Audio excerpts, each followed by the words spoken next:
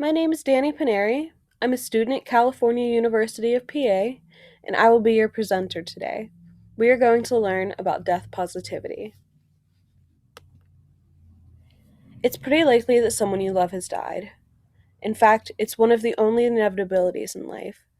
If you've ever had to make those incredibly difficult final decisions for someone, you need death positivity.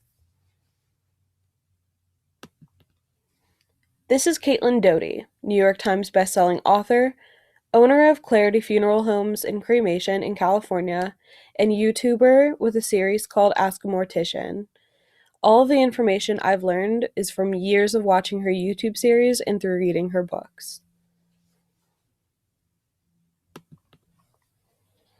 So, what is death positivity?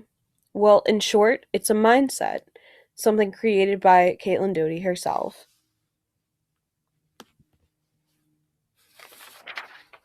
The most important part of death positivity is respecting but not fearing death to a point where you're too afraid of talking about it. We have to be able to confidently communicate our final wishes. You can do this by making a plan, having open conversations about your final wishes with the people that you love, or by having a living will, and by prearranging your funeral by yourself.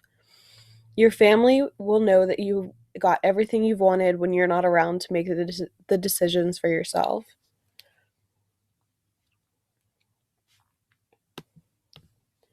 Another aspect of death positivity is to understand that a human corpse cannot hurt you. They're in no way toxic, and we need to end the fear of touching a dead loved one. Touch is one of the 5 basic ways in which we connect to one another, and that connection does not have to end with death.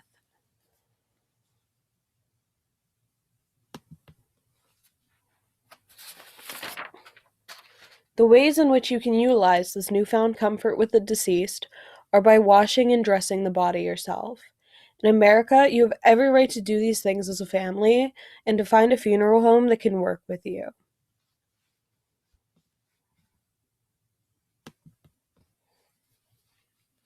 A lot of death positive people are eco-friendly in death with a return to earth mentality.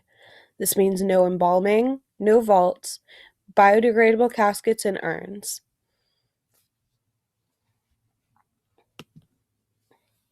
Biodegradable caskets can be made out of bamboo, seagrass, and unfinished pine.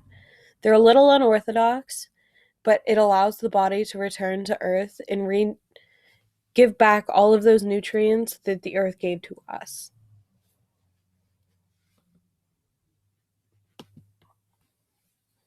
So why is death positivity important? Well, life gets better when you lose the fear of death. When you die, your family won't be taken advantage of by predatory funeral practices because you made those decisions for them. By overcoming your fear of death, you open up new opportunities for closure and healthy ways to grieve. So, what does this mean in a time of pandemic?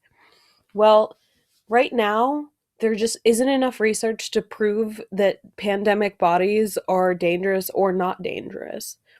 So, while we can't take the time to dress and wash the bodies ourselves, we can still practice death positivity by talking about our final wishes. And there's no better time to do this when we have access to absolutely nothing but time. Call your loved ones. Talk to them about what they want after death. Talk about what you want after death. Just because we're in a time where we can't be social doesn't mean we can't use the technology that we have to be more death positive.